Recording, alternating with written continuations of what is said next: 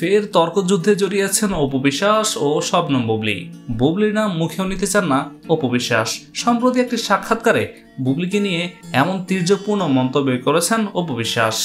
শাকিব খানের এই দুই সাবেক স্ত্রী প্রায় এক অপরের সাথে নানা তর্কে বিতর্কে জড়িয়ে সোশ্যাল মিডিয়াতে আসেন আলোচনায়, আর নেটিজেনরা তাদের নিয়ে খুব বাহবাহ দেন। একে অপরকে ইঙ্গিত করে মাঝে মধ্যে কথা বলে থাকেন তারা, একে অপরকে ইঙ্গিত করে প্রায় তীর্যপূর্ণ মন্তব্য করেন। বছর জুড়ে দুজনের নানা ধরনের ঝগড়া বিবাদে নেটিজেনরাও অনেকটা বিরক্ত হন। এবার অপু বিশ্বাস নিজে জানিয়েছেন শবনম বুবলির নাম মুখে এনে ঈদের উৎসবটা তিনি মাটি করতে চান না, এমনকি বুবলি বিষয়ক কোনো কথার উত্তরও দিতে চান না। একটি সাক্ষাৎকারে সম্প্রতি কথা বলেছেন অপু বিশ্বাস। বুবলির সঙ্গে কোনো অনুষ্ঠানে তার দেখা হয়েছিল না এমন প্রশ্ন প্রসঙ্গে তিনি একটু ভেবে বলেন, আসলে ওই নামটাই নিতে চাই না। তার নাম মুখে এনে ঈদের সুন্দর মুহূর্তকে একদমই অসুন্দর করতে চাই না। একটা মানুষের স্ট্যাটাস লেভেলটা কেমন যে সবকিছু জানার পরও চোখে ধুলা দিয়ে উড়িয়ে ঘোরে, এমনকি তাকে যোগ্য বা অযোগ্য বলতেও আমার বিবেকে বাধে। আসলে আমি ঈদটা নষ্ট করতে চাই না। অপু দাবি করেন ওর সমস্যা আছে, ওনার চিকিৎসা করা দরকার। উনি গেমে অংশ নিতে গিয়ে ফেইলিওর খেলোয়াড় হয়ে গেছেন। উনি আসলে বোঝেন না কি বলা উচিত বা কি বলা উচিত না। তিনি বলেন, তাকে আমি পচা আলু বলেছি, তাকে এড়িয়ে গিয়েছি। অযোগ্য মানুষকে যৌক্তিকতা দেওয়া মানে নিজের যোগ্যতাকে প্রশ্নবিদ্ধ করা।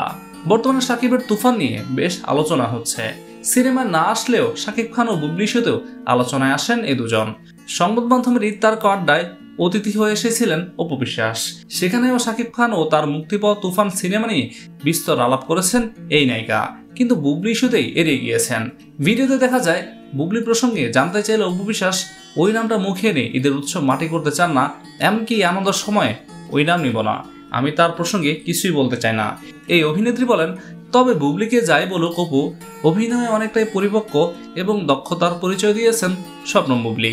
সম্প্রতি তার কয়েকটি ছবি আলোচনায় এসেছে নেট জুড়ে। এর মধ্যে দেয়ালের দেশে অভিনয় করে প্রশংসাও কুড়িয়েছেন বেশ। আমি বাতাস, তুমি আমার উস্কে দেয়া আগুন।